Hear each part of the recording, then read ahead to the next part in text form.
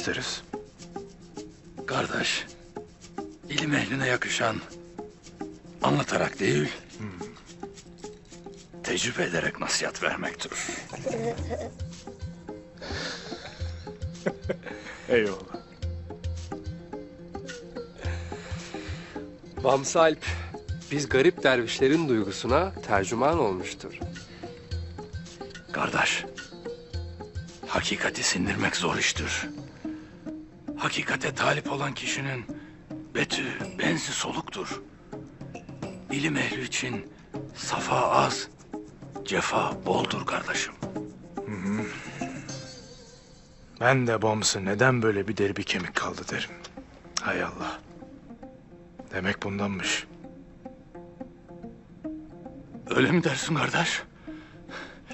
Bu tahsil hayatı beni zafiyete düşürmüştür. Kardeş benim yemem lazım. Kuzu yok mudur kuzu?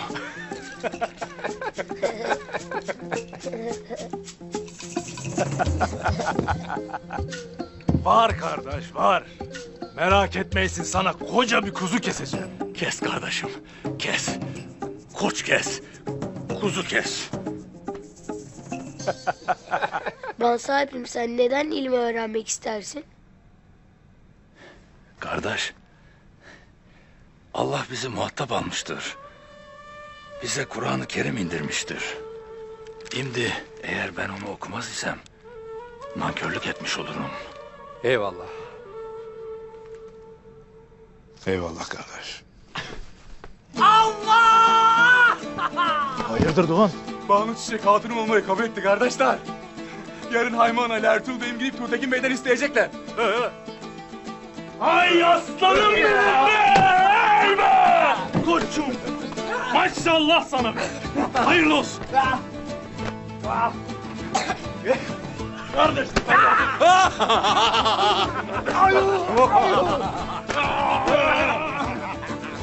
Gel ulan buraya! Ay be! Bismillahirrahmanirrahim. Selamünaleyküm.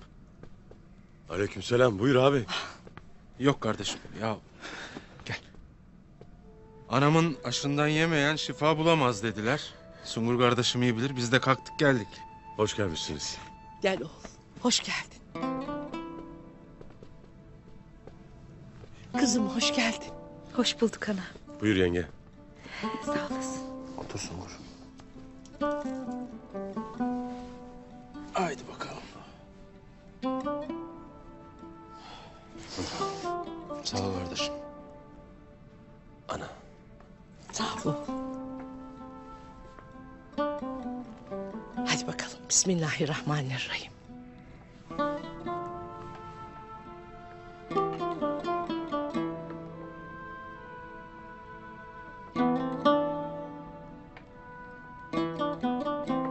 Destur var mı Hayma Ana? Gel Abdurrahman. Hayma Ana, Dündar Bey'imle Yiğit Alp'ten haber getirdi bir ulak. Kısmetse birkaç güne kadar burada olacaklarmış.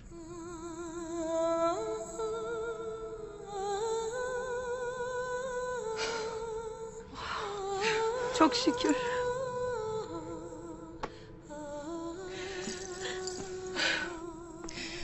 Allah'ım sana şükürler olsun.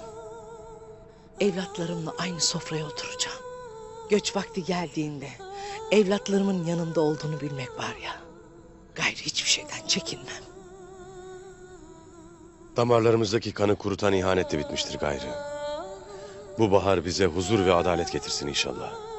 İnşallah. İnşallah. Hadi buyurun.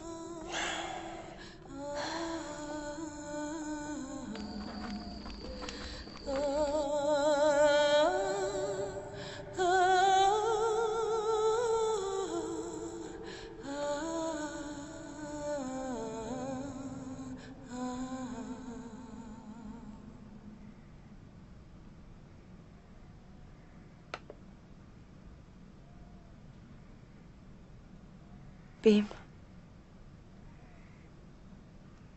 Gayrı aramızda bir sır kalsın istemem. her sır dönüp dolaşıp dağlanmış yaralarımızı